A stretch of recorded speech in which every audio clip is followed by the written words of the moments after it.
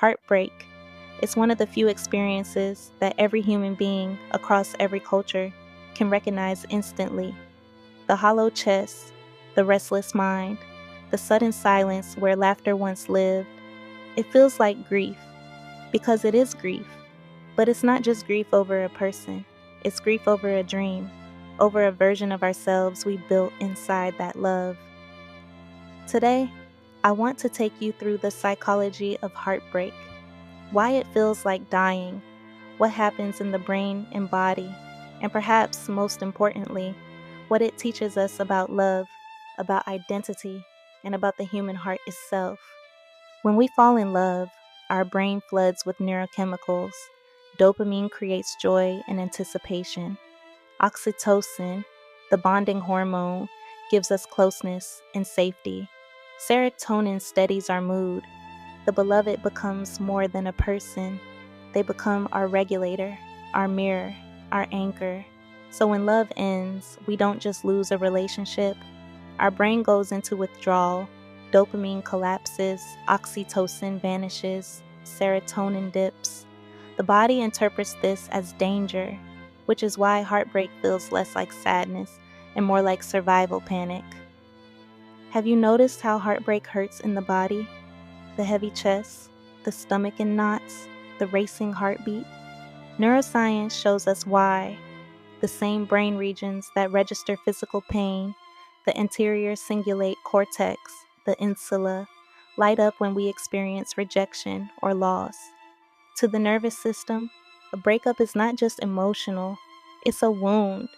That's why phrases like broken heart or gut-wrenching aren't just metaphors, they're biology.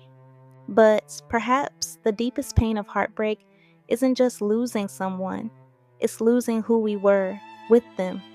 In relationships, we weave shared rituals, shared language, shared futures.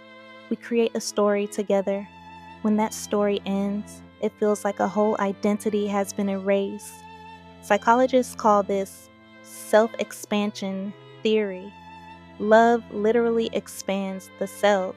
You adopt your partner's habits, their dreams, even their worldview. So when love is lost, you're not only grieving them, you're grieving the version of yourself that only existed in that connection. This is why heartbreak makes us crave someone we know we shouldn't return to. It isn't weakness, it's neurology. The brain is addicted to the bond. It remembers the reward, the dopamine highs, the comfort of oxytocin. And so, even when logic says, walk away, the body says, go back. Heartbreak is a tug of war between survival instincts and reality. In many traditions, the heartbreaking is not seen as destruction, it's seen as initiation. A cracked heart is an open heart. Through heartbreak, we meet our tenderness, our capacity to love, our longing for connection. And heartbreak doesn't just reveal weakness, it reveals strength. Because surviving the breaking shows us that we can rebuild, that the love we thought was only tethered to one person actually lives inside us. If you are in heartbreak now, hear this. The pain is not evidence that something is wrong with you. It's evidence that you have loved deeply, that your nervous system is recalibrating, and that your identity is reshaping. Over time, the brain rewires, new routines form, new connections emerge, and piece by piece, you stitch yourself back together, not as the person you were before, but as someone wiser, more resilient, and more whole. Heartbreak feels like an ending, but in psychology, we learn that every ending is also a beginning. The love may be gone, but the capacity to love remains. The story may have closed, but the heart continues to beat, wiser, softer, and perhaps more open than before. Heartbreak is not the death of love, it is love's transformation. And in its breaking, the heart becomes vast enough to hold even more.